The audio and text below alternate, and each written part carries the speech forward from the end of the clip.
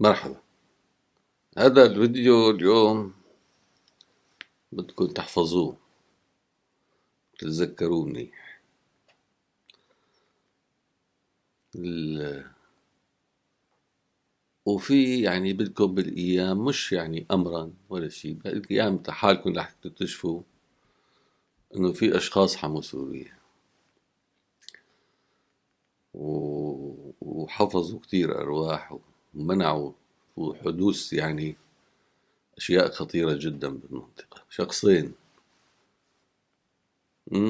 ما رح أقول لكم يعني كتير، يعني أبو زهير وأنا. الله هيك حطنا بمحل، ويعني سبحان الله، لا شطارة ولا اسم. المهم، اليوم سوريا لوين رايحة؟ وكيف بدك تحل المشكلة؟ عم يتقاتل امبارح، يعني النظام وصل لمرحلة يعني عم علق الأخ وأخوه، مثل ما يقولوا جماعة ماهر وجماعة ناس حسوا إنه خلص نظام سقط، يعني ما في إمكانية. الدول كلها يعني تاركته يسقط، والدول كلها محتارة. ايه، فبدهم يعني يلاقوا طريقة يستسلموا بطريقة ما، يحفظوا يعني حياتهم مثل ما يقولوا أولادهم. وناس معنفصين لأنه مرتكبين وكذا وإلى آخره، بدهم يستمروا يضربوا كيماوي ويضربوا مدري شو ويضربوا يعني. هذا الصراع يعني امبارح محاولة الانقلاب كانت حقيقية، لكن تدخلت بعدين الجهات الدولية وقفت. العراقي عم يحشد، بده يبعث. إيران وتركيا وروسيا اتفقوا انه ينزلوا بالقوة يعني. يعني يحشدوا، يبعثوا حشود شيعية، يبعثوا مدري شو، يبعثوا الى اخره. يعني بدها تصير في مشكلة هون. اسرائيل بدها تتدخل بريا لتأمين نفسها، يعني بدها تفوت على العاصمة دمشق. ايه، الشعب السوري لوين بده يروح؟ اللي قاعد بالخيمة ناطر يرجع على سوريا، واللي قاعد جوا بسوريا بالحكم وناطر يندبح. هذا الشعب السوري اليوم كله مرعوب، وكله شو اسمه. طيب المجتمع الدولي بلش يتصل، قال بايدن، ويتصل بمدري مين شو عم تتصلوا يعني؟ يعني ليش عم تتصلوا؟ ما كنتوا قلتوا يعني انتوا قلتوا انه يعني النظام يعني انتصر ويجب ان نعترف بالواقع، وهلا النصرة انتصرت ويجب ان نعترف بالواقع. هذا كان موقفي انا، واضح جدا. انتوا قلتوا هيك وهلا بدكم تقولوا هيك. نصرة انتصرت وبدكم تعترفوا بالواقع، هذا الواقع. انت عم تقول لي صار لك 10 سنين تقول لي يجب ان تعترف بالواقع، وانت هلا اليوم يجب ان تعترف على الواقع. احنا ما بنسمح تدخل النصرة للشام، هذا يعتبر يعني رح ندخل على البند السابع، رح نحتل، رح تفضل احتل واعمل. ومن زمان عم اقول لك احتل، ما رضيت. من زمان عم اقول لك طبق مدري شو، ما رضيت. انت ما بدك، انت بدك الاسد. يا الاسد بينتصر يا بتضربني. ضرب كيماوي ما عملت له شيء، شو عملت انت؟ صرنا 10 سنين بالخيم والسجون، المساجين ماتوا بالسجون. شو عملت؟ ما عملت شيء. انت مسؤول مو انا. انا صار لي هلا قديش كم مشروع مقدم. ما بدكم تشتغلوا يا اخي؟ انتم تاركين الامور، يعني نسيانين اخر همكم. وقت اللي قاموا الشباب وانتفضوا تلك الانتفاضة الرائعة التي نحييها ونكبرها ومنحطهم على راسنا من فوق كل من حمل بندقية وانتفض ولم ينتظر أوامر من الدول اللئيمة. هذا تحطوه على راسكم من هون. نحن بتشكرنا شكر، بس هداك بتحطوه على راسكم. ليش؟ نحن عم نحكي. صحيح تعبنا واشتغلنا وضحينا وتعرضنا للخطر وطلعنا من الموت، لكن نحن حتى الآن لا شيء أمام هذا الإنسان المقاتل. ولا شيء، كل عذابنا وتضحياتنا أمام الناس اللي بالسجون اللي راحوا. ولا شيء حزننا وكذا أمام السكالى وأمام الأرامل وأمام. فبتفهموا هيك. لكن في النهاية في عقل وفي إدارة، مو هيك؟ لوين بدها تروح سوريا؟ هذا السؤال.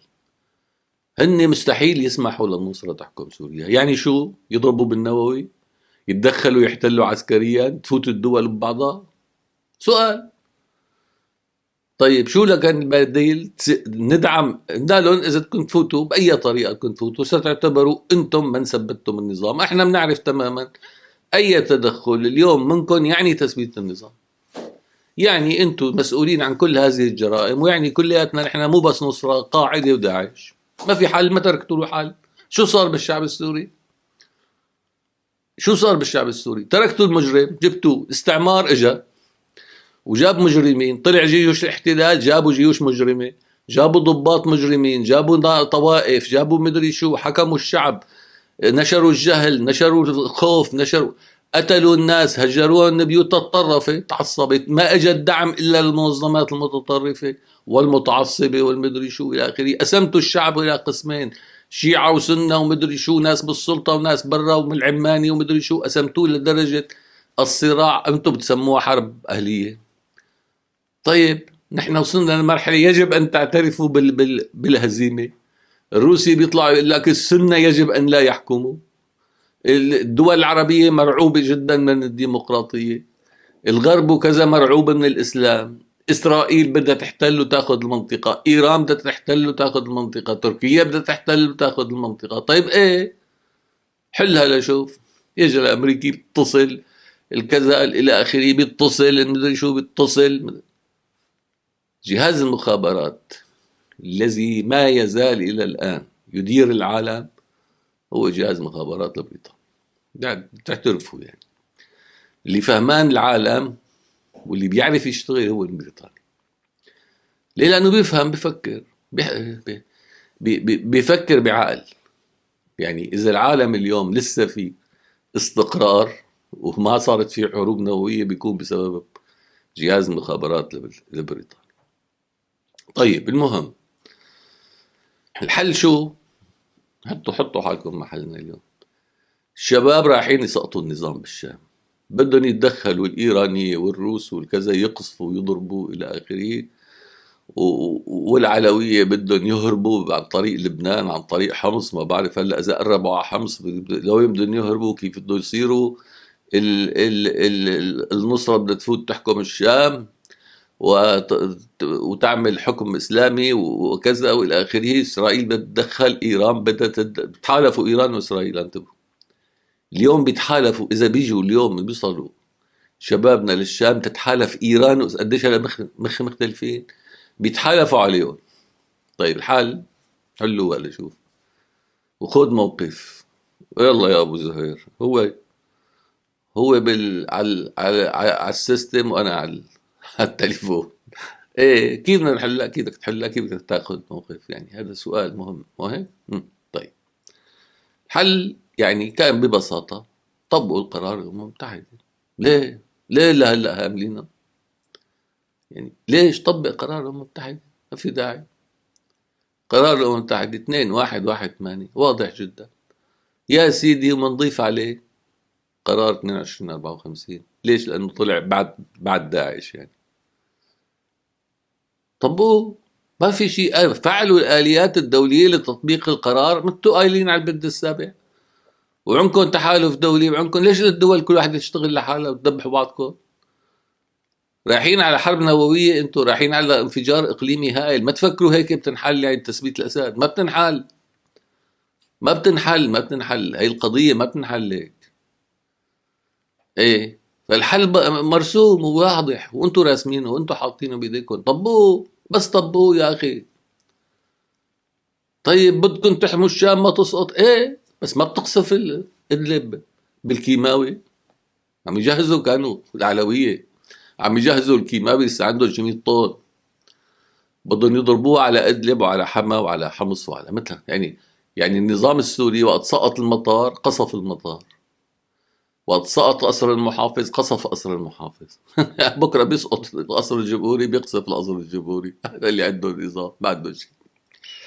استعان بقسد هو والروسي والإيراني، ونزلت قسد يعني فكري حالها انه قسد جمعت المجد من طرفينه، الروسي والأمريكي والإسرائيلي والإيراني، حتى التركي تحالف معها، نزلوا على مطار، تليفون واحد لأحد قادة الفصائل، مو قائد نابه يعني، بعد كتيبة طلعتهم ب5 دقائق. قديش؟ ب5 دقائق. تفضلوا هن فكروا، بلشوا يحكوا على التلفزيونات القوات الكردية، يعني أساس إنه يعني هيدي النصرة داعش، والقوات الكردية هزمت داعش، لأنه القوات الكردية هي اللي هزمت داعش. إيه، مو الشعب السوري اللي قتل داعش. وهلأ رح يرجع القوات الكردية ستنقذهم. قامت شو طلعت؟ في شنج تفنجة. يعني شو التفنجة؟ التفنجة هي اللي بيحطوها بالخرطوشة، بيحطوها تدق البارودة، بيحطوا هيدا الخردة، هي اسمها تفنجة. طلعت التفنجة قصد كلها قلب بعضها. يعني فصيل واحد من الجيش الوطني أو فيلق بثلاث ساعات، لا 3 أيام، بيكون على شو اسمه، على بيزاخوا. ليه؟ هي الشباب اللي عم تقاتل اليوم، هيدي العصا اللي كنا نحن ناطرين. اعترفوا بالأمر الواقع، حطيناهم أمام اعتراف بالأمر الواقع. عصاية، نحن رايحين على الشام، بيحكموا الإسلاميين، إيه شو عليه من عارضه؟ بيحكموا مثل ما هو حاكم الأسد وعارضنا. شو عملنا؟ عارضنا الأسد، وهلا يحكموا الإسلاميين من عارضه، بنشكل معارضة، بيقمعونا، بيحطونا بالسجون، بس يوم ما يعني بنحسن نأثر. يعني بتصير بعد 20 سنة 25 سنة ممكن يعني يصير حكم إسلامي معتدل، بصير، بس يعني بدكم طولوا بالكم على الشعب السوري لينضج حضاريا. شو الحضارة قفزات بتصير؟ ما بتصير قفزات. اما جيت انه تيجي انت تتدخل لتمنع الشعب السوري يتحرر مشان تبقى انت يعني ما، يعني ما عم بيفهموا، ما بدهم يفهموا، ولا عم يفهموا ولا شيء يعني. المهم اللي ساعدنا على تفهيمهم هو البريطاني، الله يرضى عليه. وأنا أمي بريطانية يعني، أنا إلي 3 أمات، واحدة لسه عايشة، 2 ماتوا. اللي ماتوا واحدة سورية واحدة بريطانية. المهم إيه، المهم إحنا عم نطلب حق الدفن بسوريا بس، لا تفكروا لا أنا ولا أبو زهير بدنا شيء، لا بدنا سلطة ولا بدنا شيء. لكن إنقاذ سوريا اليوم يتطلب عقل وإدارة، ويتطلب تواصل، يتطلب وضع حلول ومشاريع. إيه، فاليوم ما حدا يفكر انه يبقي على الاسد. اليوم الشباب اللي عملوه الشباب فهموا العالم كله بكل علوم العسكرة، حتى ايام هتلر ما سقطت المدن والدول بهذه السرعة. يعني ناس بالبارودة وماشيين بسرعة السيارة بالبارودة، مقابل دبابات ومدافع وطيران ودول عظمى ومدري شو وحشود وما بعرف شو والحزب الله والزينبيون والفاطمة، وينهم؟ ولك 100 شهيد ما حطينا. عدد قتلى المدنيين تقريبا 0، إلا اللي قصفهم النظام. بيوت تهدمت، ما في. تحررت حلب، تحررت المغرة، تحررت سراقب، تحررت خان شيخون، شو بكون؟ وصلوا لمحردة، شو بكون؟ شو شايفين انتو؟ ولو التركي بيفلت الوطني اقسم بالله صاروا بدرعا. ولو وصلوا لحما واخذوا، في عنا 100,000 شاب ناطر بحما بده يقاتل، في عنا بتلبيسة آلاف، في عنا برستن آلاف، في عنا بالقلمون آلاف، في عنا بريف دمشق آلاف، في عنا بدرعا آلاف، كله جاهز وسلاحه مخبيه دافنه، بلفوه بكيس بشمبرير سيارة، وبيحطوا له شحم، بيعبوه شحم من قلبه، بلفوه بشمبرير سيارة، بيربطوه من هون ومن هون بشريطة قوية، بدفنوه بالأرض. هيك كنا نخبيه من زمان. ايه، جاهز يعني، ما خالصة.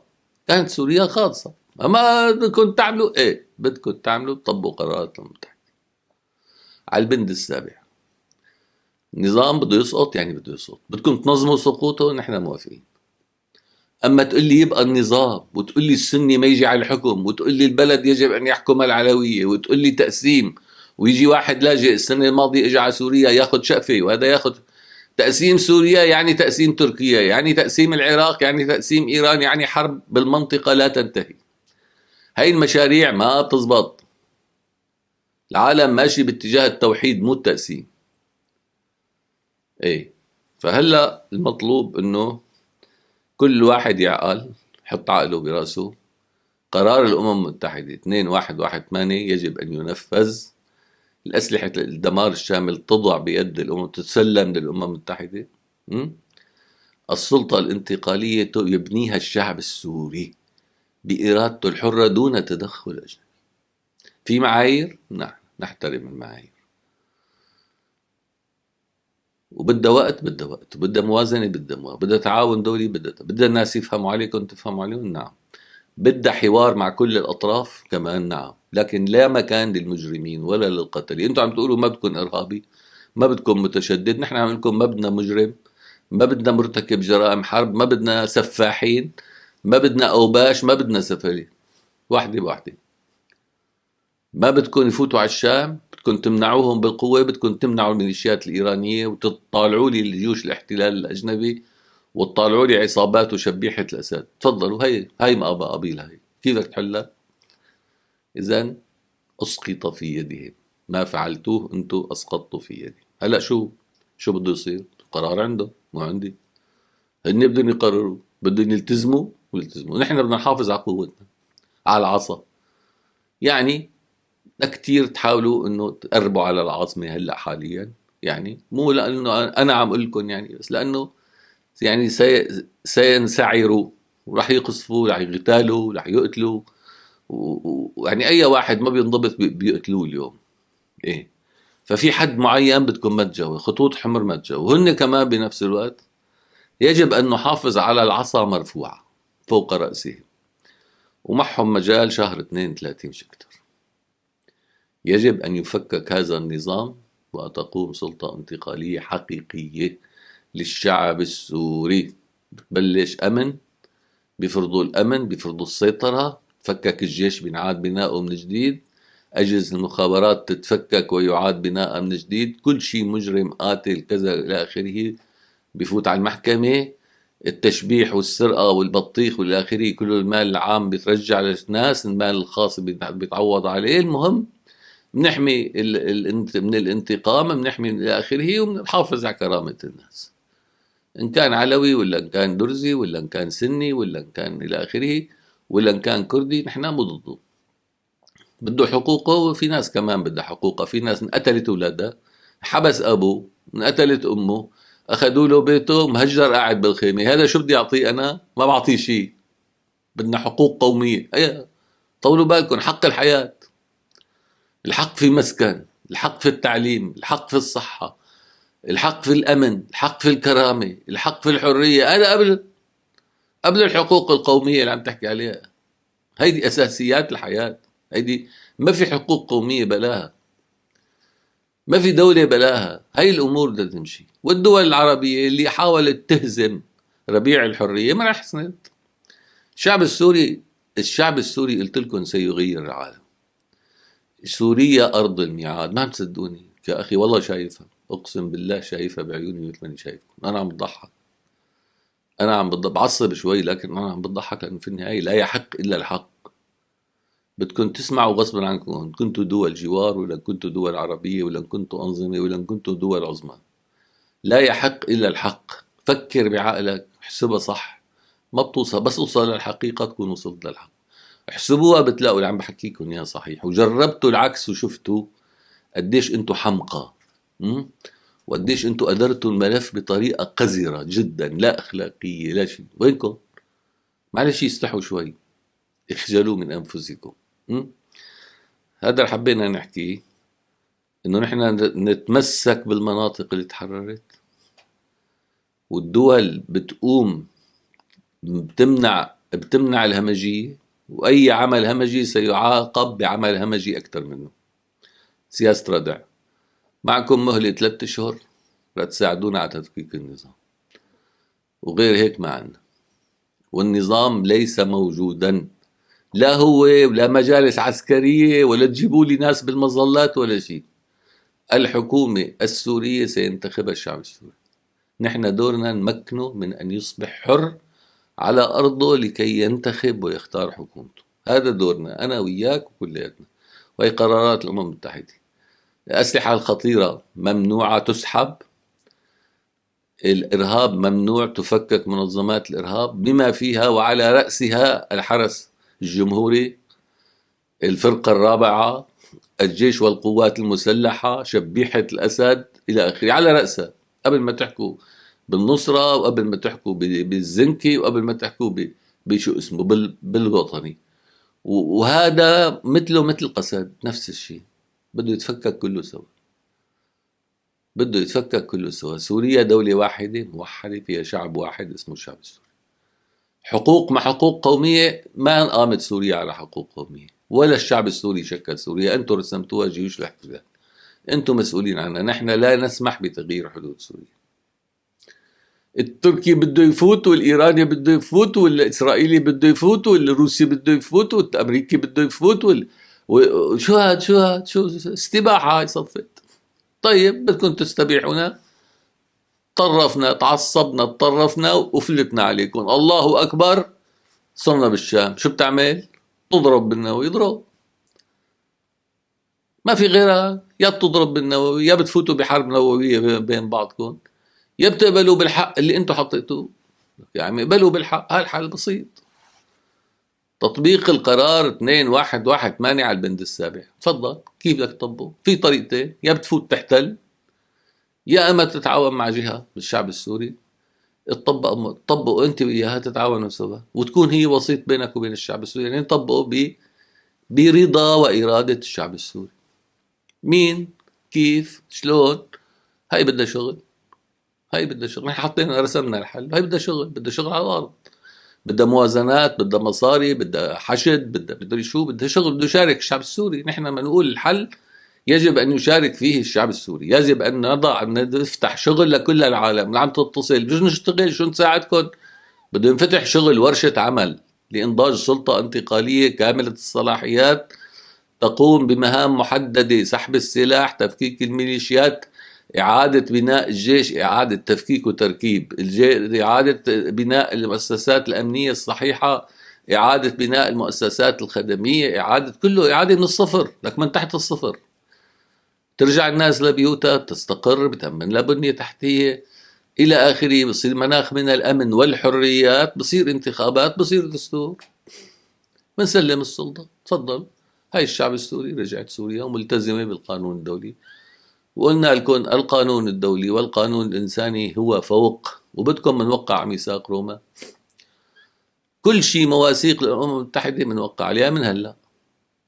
فنحن كجهاز مكافحة الإرهاب كان لنا دور مهم جدا في إنقاذ الوضع، وسنلعب دور مهم جدا، وقادرين أن نلعب دور مهم جدا في المرحلة القادمة. بدكن يانا موجودين، ما بدكن يانا تصطفلوا. أنا تقول لي رجع على الأرض، رجع مدري شو، هاي الأرض ما بنرجع عليها. أنا بشتغل معكم عن بعد، وبشتغل على الفيديو، على اليوتيوب. انتم بتشتغلوا، أنا بحكي، أنا بحكي، انتم بتشتغلوا. هيك اعملوا مؤسسة كذا بتعملوا، اعملوا مؤسسة كذا بتعملوا. أنا عم بحكي الدول هلا. أنا هيك بدك يعني موجود. هاي كل يوم بعمل لكم فيديو، اعملوا هيك، اعملوا هيك، اعملوا. ما بدكم يعني، أنا الله معكم، ده اللي بحكي. وإن كنكم شاطرين خلصوا حالكم منيح. فاليوم سوريا بالعناية المشددة، بدها دكتور يفهم يطالع.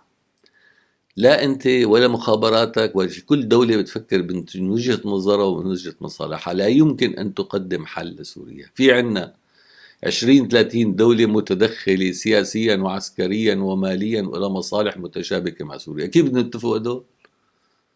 عشو بدنا نتفقوا؟ ما في شيء غير شغلة واحدة، هي القانون، قانون الإنساني والقانون الدولي. لك يا أخي مجرم حرب تركوه بالسلطة 30 سنة، كيف يعني؟ وأبوه 30 سنة وأبوه، كيف معلش يعني.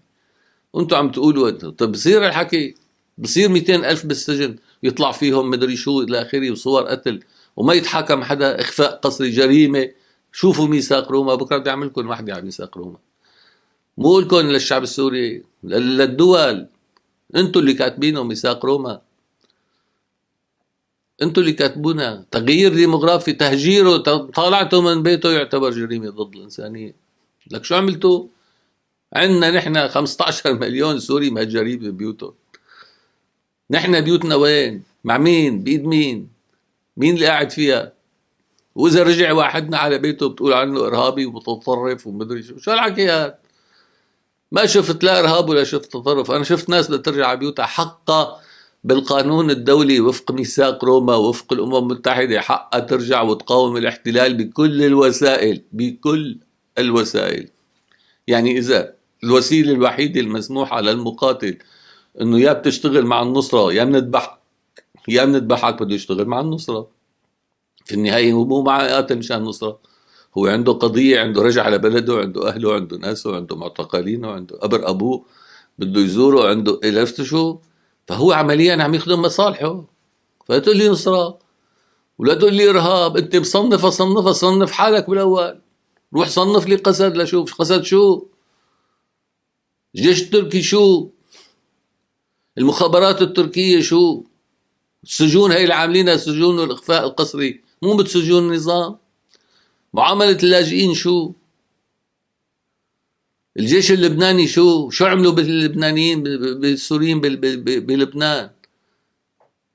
شو عم تحكوا؟ صنفوا حالكم قبل ما تصنفوا النصرة وتصنفوا كذا. إذن في عصا وفي جزرة، نقوا اختاروا بين العصا وبين الجزرة، منيح، أو بتمشوا على الحق على الصراط. الجزرة أمامكم والعصا من ورائكم. الشعب السوري سيتحرر، شاء من شاء وأبى من أبى، وسنكون إن شاء الله في دمشق بأقرب وقت. بدكم هبوط منظم، مننظم لكم الهبوط. إذا هلأ استراتيجيتنا هي تنظيم الهبوط، ولازم نشتغل عليها. لازم تفهموا علينا وتمسكوا بكل ما حررتوه. انتبهوا، انتبهوا كتير. اللؤم والغدر والخوف من كل الناس. ما شفت دولة مؤمنة بالشعب السوري.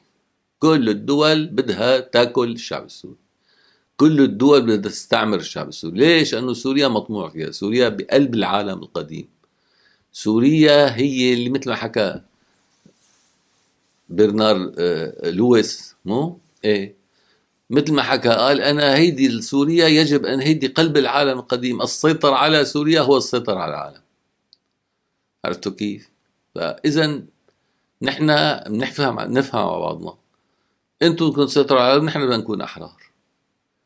بدكم بالتعاون معنا أهلا وسهلا، بدون التعاون معنا راحتوا.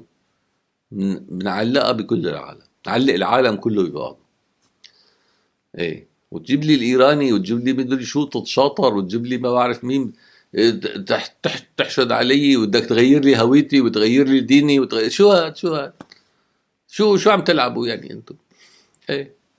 فتحية لأبو زهير، تحية للشباب بالجهاز، تحية كبيرة جدا وعطرة لكل من حمل قندقية وقاتل من أجل بلده، من أجل عودته لبلده، من أجل مساجينه، من أجل حرائره، من أجل انتقاما لدم الشهداء. هدول كلهم على رأسنا، شو من كان العلم اللي رفعه، أجبر على رفعه، رفعه عن قناعة.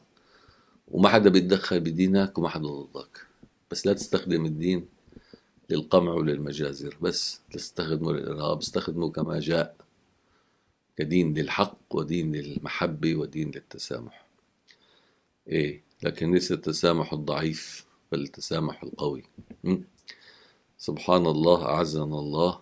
الحمد لله، الحمد لله الذي أحيانا لنشهد هذا اليوم. الحمد لله ثم الحمد لله ثم الحمد لله. يعني إذا بتفهموا علي فينا ننقذ الكل.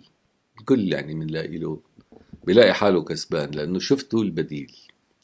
بديل عنا موت ومجازر وضرب ومدري شو احتلالات والى اخره. نحن قادرين نقدم حل مرضي للجميع: محاكمة، عدالة انتقالية، اسقاط نظام، محاسبة المسؤولين، تفكيك إعادة بناء سوريا، عودة للبيوت، عودة، ما في تغيير ديموغرافي، ما في إلى آخره. كل واحد بياخذ حقه كمواطن سوري. أنا ما بحسن جيب لك حقوقك التاريخية وحقوقك القومية، أنا ما بحسن شو. أنا بحسن جيب لك حقك كمواطن سوري. عجبك عجبك، ما عجبك روح اطلع من سوريا. سنسحب الجنسية من كل الناس اللي ما عجبتهم سوريا. اللي مو مقتنع بسوريا أنها هي وطنه رح نسحب منه الجنسية، يروح يرجع بيقعد إقامة لاجئ.